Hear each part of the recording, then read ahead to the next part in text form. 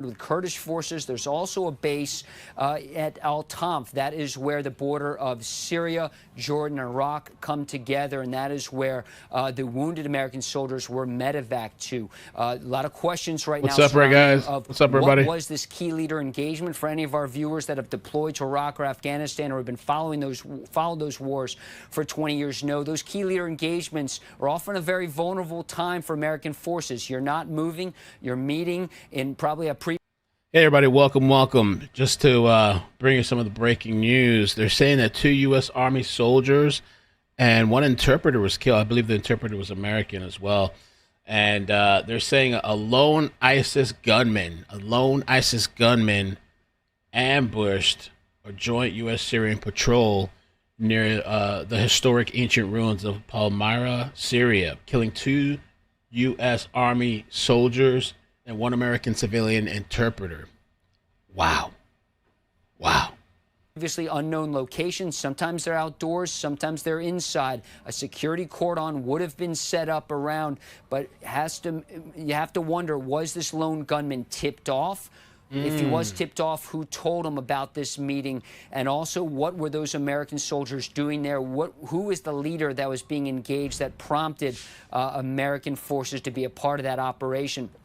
While the caliphate was defeated in President Trump's first term back in 2019, let's recall that at its height, the ISIS caliphate was about the size of Great Britain. It stretched from Syria through large portions of Iraq. That was defeated, but as we see tragically today, that ISIS sleeper cells still exist. That is the reason that hundreds of American forces are still in Syria, many partnered with Kurdish forces in eastern Syria. You also have hundreds, if not thousands, of ISIS prisoners that remain, as well as their families at an area called Al-Hol.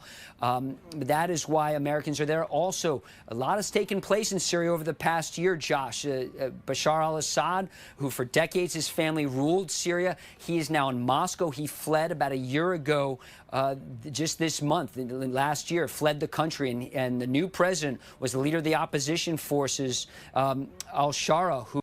So it's not just because there was 2 U.S. Army service members that were killed, also an American civilian that's an interpreter, but they're saying 3 additional U.S. service members were injured, and reports also indicate that Syrian security personnel were wounded.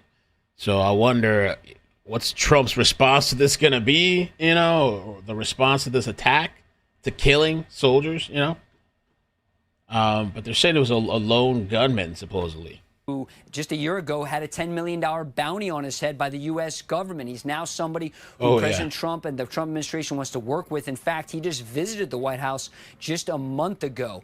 The reason the U.S. government wants to keep Iran out of Syria. In the wake of Operation Midnight Hammer, it's not just destroying Iran's nuclear capability. Also, the U.S. government wants to keep Iran's tentacles from spreading throughout the Middle East. For years, Syria was used as a rat line to transport weapons from Tehran to Beirut in Lebanon. Those weapons moved through the deserts of Syria, and really Palmyra, where this ambush happened today. That is, bucolic. It is a desert, essentially. So again, the questions of what was taking place with this meeting, why were American forces so far away from their bases? We've seen in the aftermath of this attack, F-16 fighter jets overhead on social media, a show of force. But just to recap for our viewers, 2 American soldiers and an American civilian interpreter killed, 3 other American soldiers wounded today in central Syria, Josh. I did want to ask you, Lucas, kind of going in reverse a little bit. You did touch on this, but what is the current U.S. presence there over in Syria, and how has that kind of changed over the years?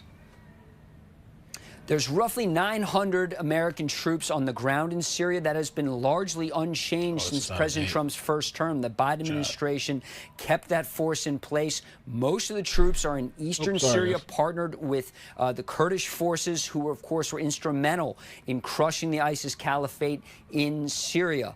And there's also some troops at a base called al-Tanf. That is at the Syria, Iraq, and Jordanian border in southern Syria, and there's no question that's where some of the wounded American troops were medevaced after this ambush earlier. There's roughly 900 troops. The Trump administration has been looking at reducing that number, but that is the number that we've been told. All right, Lucas Tomlinson there over at Fox News. Now, we also have this post. You kind of touched on this, but Secretary of War Pete Hegseth writing, "The savage who perpetrated this attack was killed by partner forces. Let it be known, if you target Americans anywhere in the world, you will spend the rest of your brief, anxious life knowing the United States will hunt you, find you, and ruthlessly kill you." Have we heard any sort of reaction just yet from President Trump? I know he's going to head over to the Army-Navy game in just a matter of hours here, but has he made any sort of statement just yet? So far, no statement from President Trump. As you mentioned, he is due to attend the Army-Navy game this afternoon in Baltimore. He will be taking Marine One. So when he exits the White House on the South Lawn, typically he does engage with reporters there. I'll be out there later, and certainly you would expect a statement from the President of the United States after 2 American soldiers and an interpreter were killed today in Syria. All right, Lucas Tomlinson there at Fox News. As always, thank you so much for taking the time to be. They're saying that this is the deadliest attack on U.S. personnel in Syria since at least 2019. Homan over, looks like he's in San Diego. I do want to pop up the audio here and listen in. Homan! We'll look for. And despite what a lot of the media says, we are prioritizing public safety threats and national security threats. So I'm grateful that we got men and women on the board patrol because of the secure border can help us in that mission. We're outnumbered. But we're it's a game changer having them on board with us. And let's remember, for those who want to say, okay, well, a lot of the people you arrested are not criminals. It's going back to Rodney says, we're sending a message to the whole world, we're going to enforce the law. And for those people who say, well, this person's just here illegally, if the message you want to send to the world is, enter the country illegally, it's a crime, but don't worry about it. Show up in court or don't show up in court, get order removed, you don't have to leave. Like the last administration said, unless you're convicted of aggravated felony. And what happened when they sent that message? What's up, everybody? Yeah, welcome. So yeah, I was just kind of, covering this crazy situation. I'm wondering what the response is going to be. I think they said Trump hasn't said anything yet. Let me see what I can find here also on Twitter. I was playing this news clip because they're the only news thing that I saw live talking about the situation. So I was kind of curious, what kind of information they were going to bring forward. It doesn't matter what station it's from. I'm just looking for anything that's new information on the situation that just happened. Really tragic. American soldiers being killed and civilian.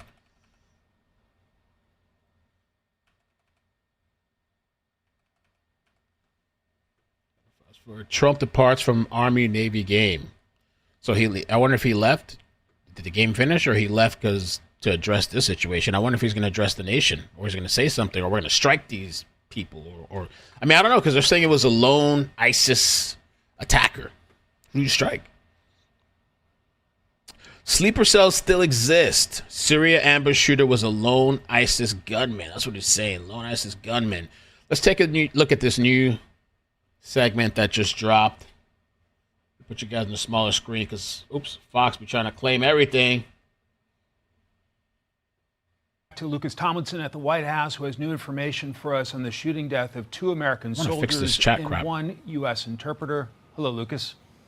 Mike, good afternoon. This is what we know right now. 2 U.S. Army soldiers have been killed. 1 American civilian interpreter have been killed. 3 other U.S. service members have been wounded in an ambush in central Syria, in the city of Palmyra, a former ISIS stronghold. We have confirmation from the Pentagon in a statement. I'll read it for our viewers. It reads, quote,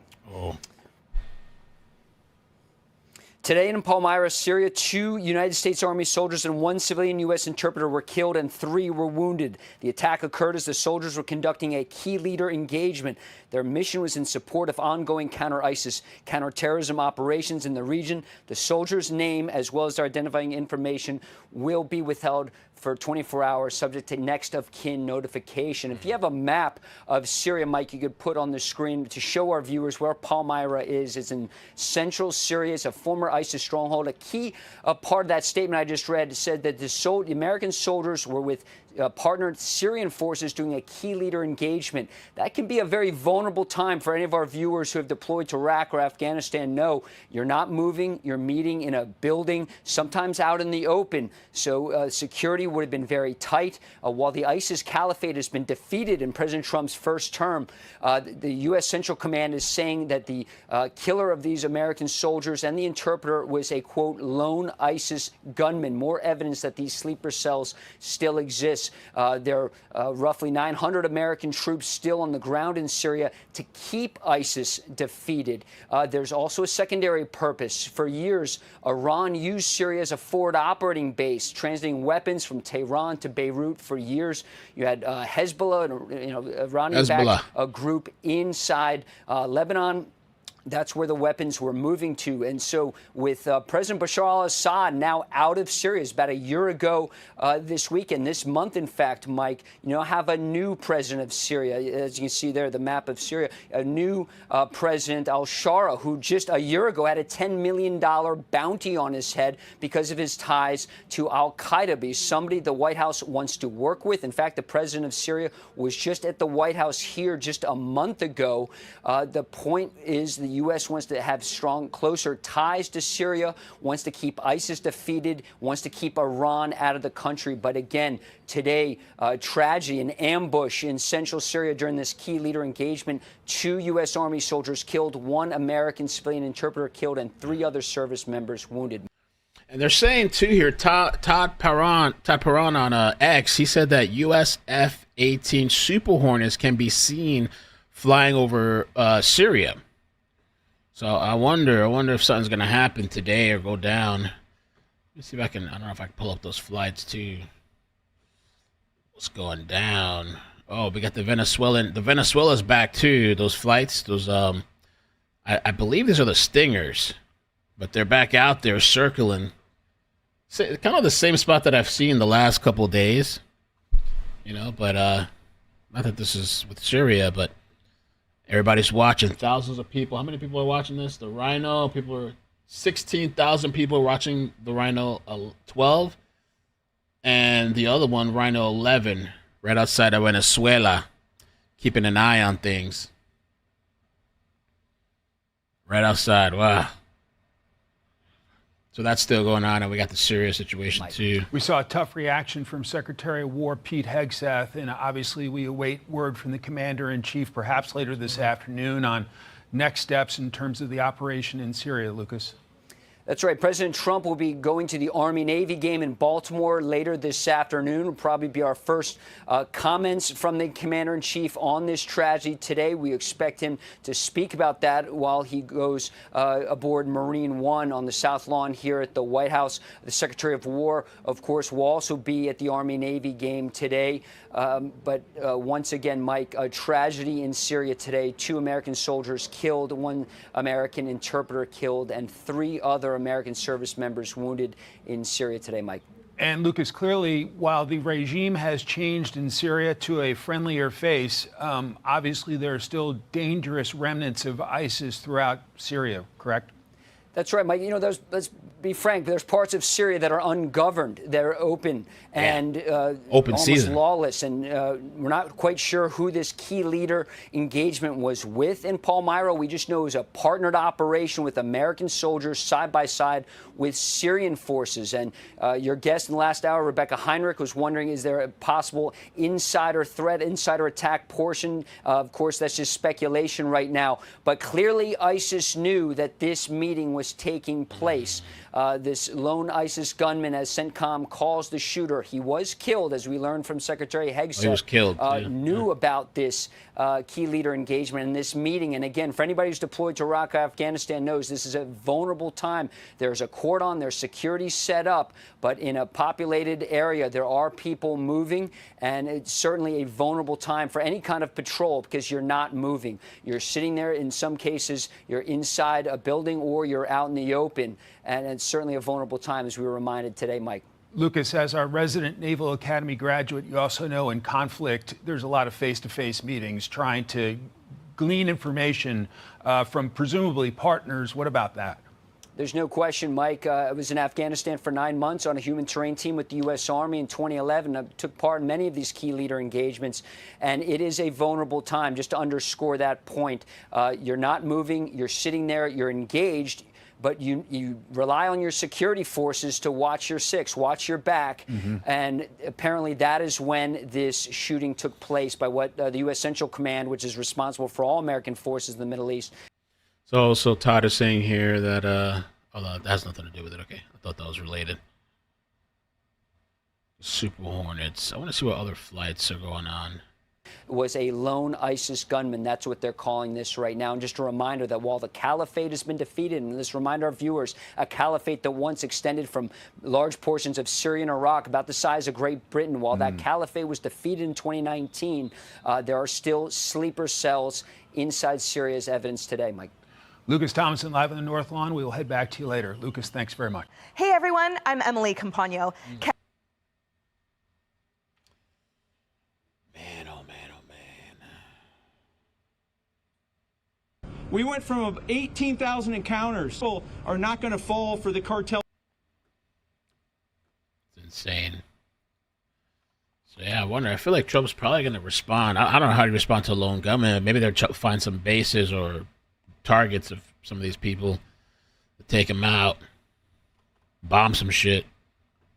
It's really sad. The family is going to have to be notified. Breaking.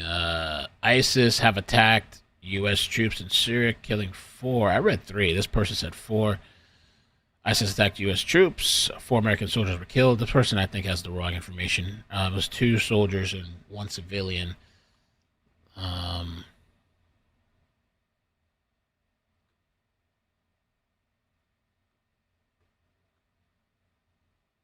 Oh, he corrected it. He did correct it.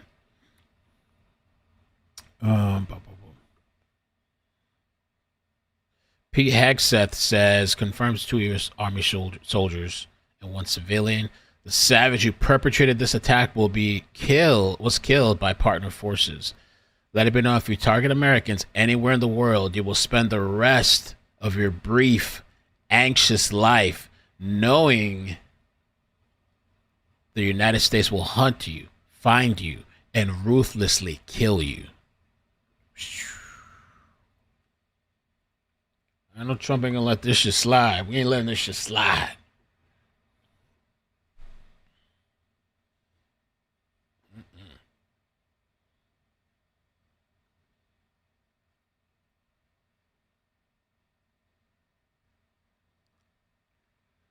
Yeah, man. The man who just detonated himself next to the U.S. patrol in Syria, the U.S. legitimized ISIS in Syria at the request of Qatar and Saudi Arabia. What's wrong with this person? Something's wrong with this person in the chat. Huh? Oh, that's the wrong person. Oh, it's different people. Never mind.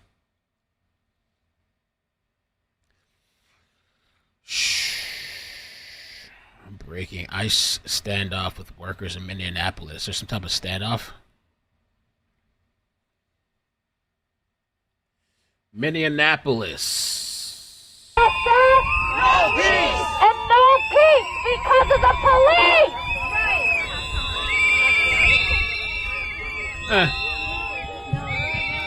Crazy.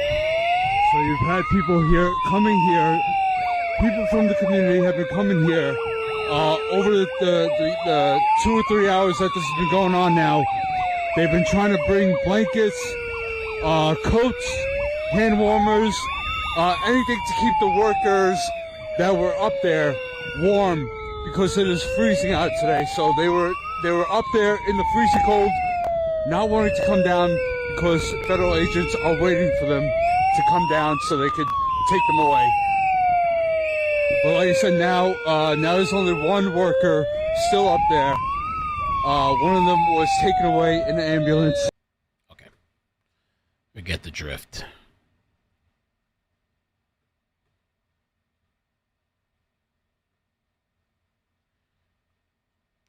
Let's see what else we got on Syria.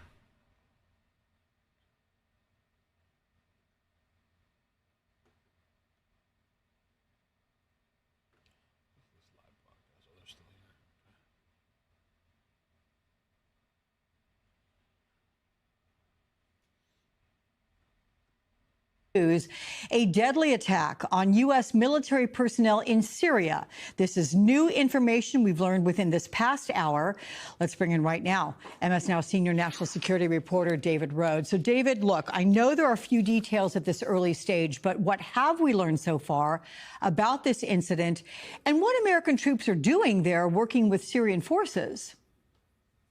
This is part of the effort to defeat ISIS in Syria. It's a much smaller presence, but today's shooting tragically shows that it continues to be there. According to what the Pentagon has said, these soldiers were meeting with local leaders. That's a very common thing that goes on. It goes on in Syria, it went on in Iraq and in Afghanistan, where they're trying to work with the local population.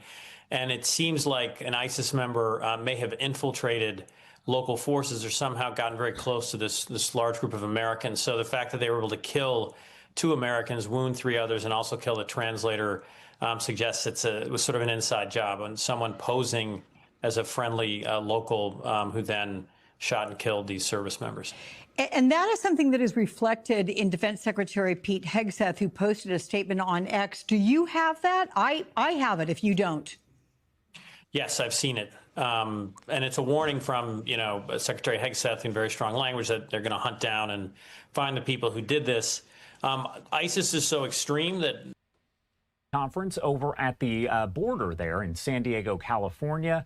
It looks like we may have just gotten the end portion of that, the Q&A. But if we are able to get a little bit more there of the initial comments that were made by Holman, we're going to bring those to you as we always do on Live Now from Fox. And as we take a live look over the White House here, we do expect that we will see President Trump depart from the White House in a matter of moments, any time now, as he does head over to the Army-Navy game. That's slated to start at 3 p.m. Eastern time, so he should be leaving soon. You heard Lucas Tomlinson mention, if you saw him join us a short time ago, that reporters are likely to ask a lot of questions about the situation developing there in Syria. That is where 2 U.S. Army soldiers have been killed in an ambush attack. We're going to make sure to bring you any comments that we get from President Trump here live and uninterrupted, as we always do on Live Now from Fox. Going to head to a quick break here, 1:48 on the East Coast and 10:48 on. Raid.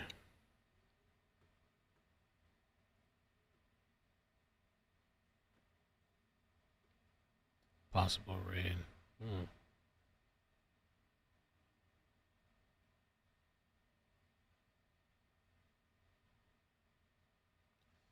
Something might be going on.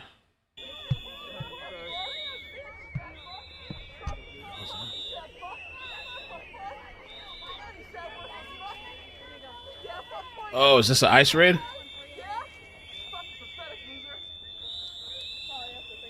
Oh, Minneapolis raid might be happening. We might switch. We might switch.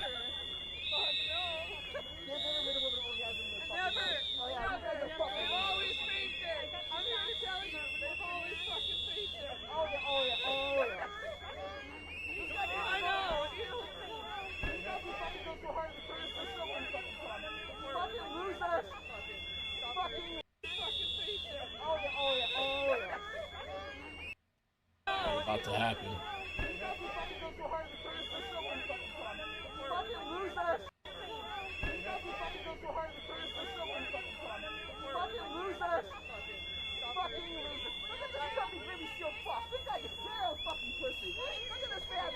Oh, is that what's happening? That's what status quo is covering too. Okay.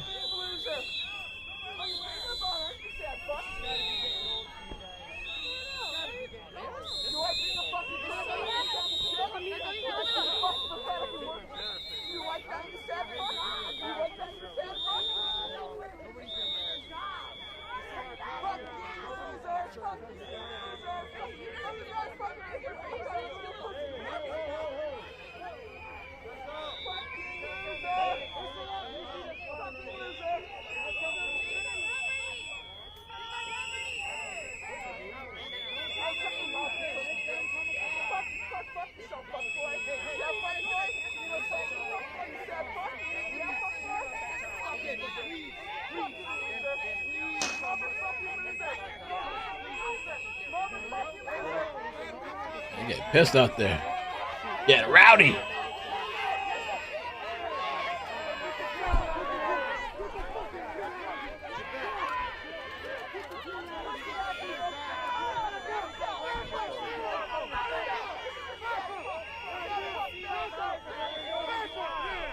Oh, Minnesota. I thought that was...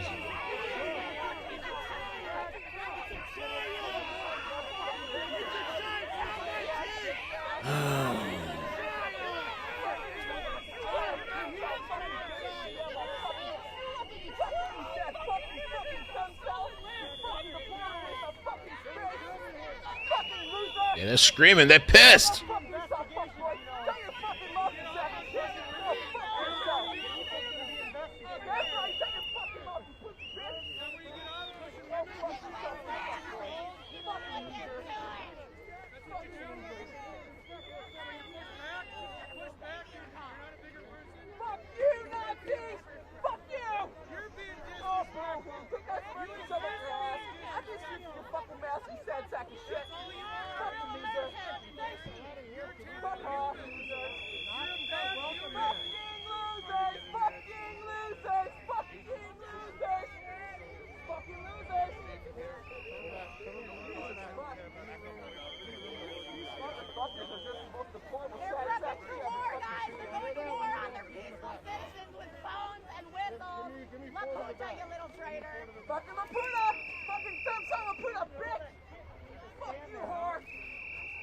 Damn, fuck you hard. These people are...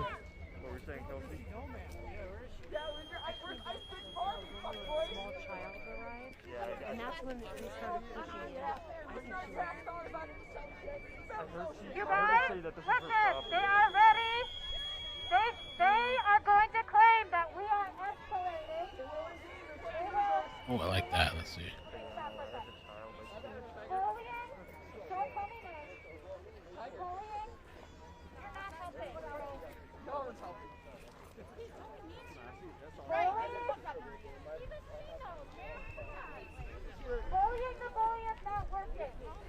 Have you seen any movies? Bullying the bully is not working. Show them how united we are instead, bro. I know. Dice Prade? Dice Prade?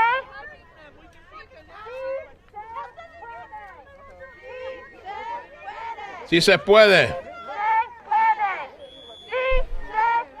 Come on, see? White people, it's a different language. Just fucking say it.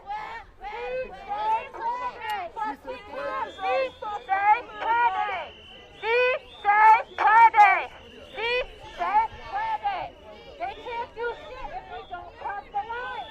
Use your voice, it's okay. Use your whistle.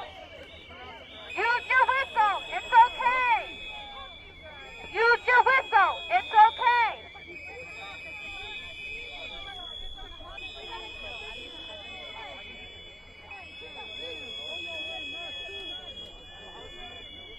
Okay.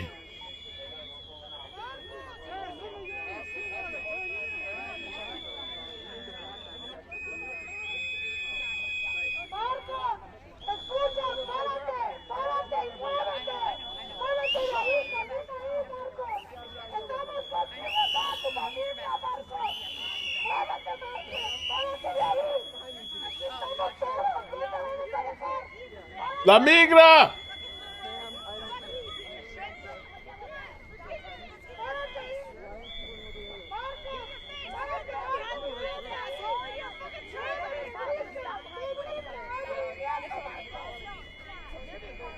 I'm gonna update this, guys. Give me 1 second, all right? Bear with me.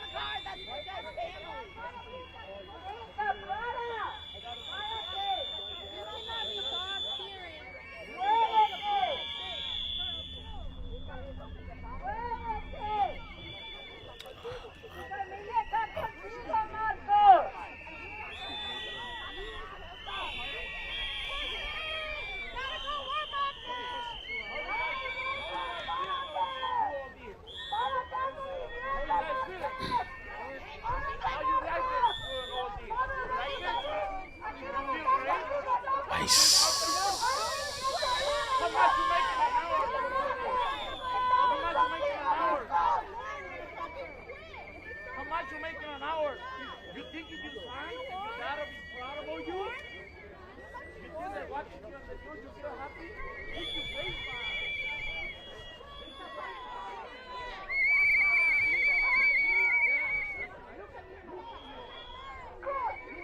La policía. That's lame. Alrighty.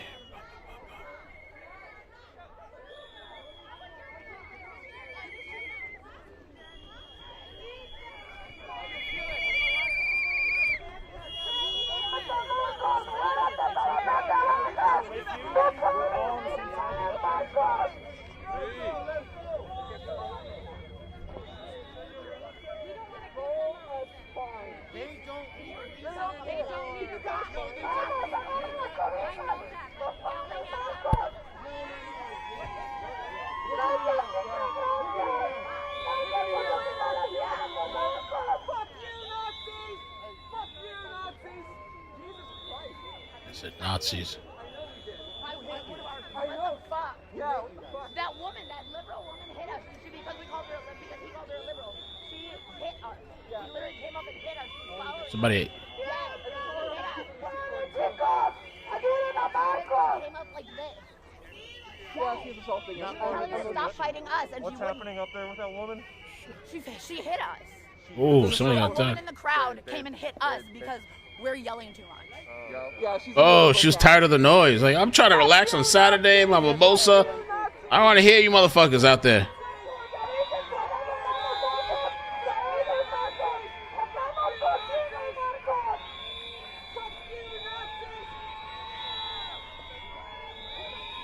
Okay, YouTube, we're going to switch over to a new stream so people know what we're covering. And I'll just update the titles on the other platforms. Let's hang out for a little bit, see what's going on with this ICE raid.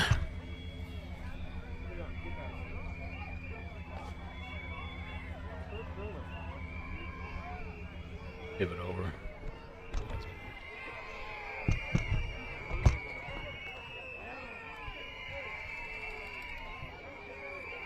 Okay. Switch it to that. Okay.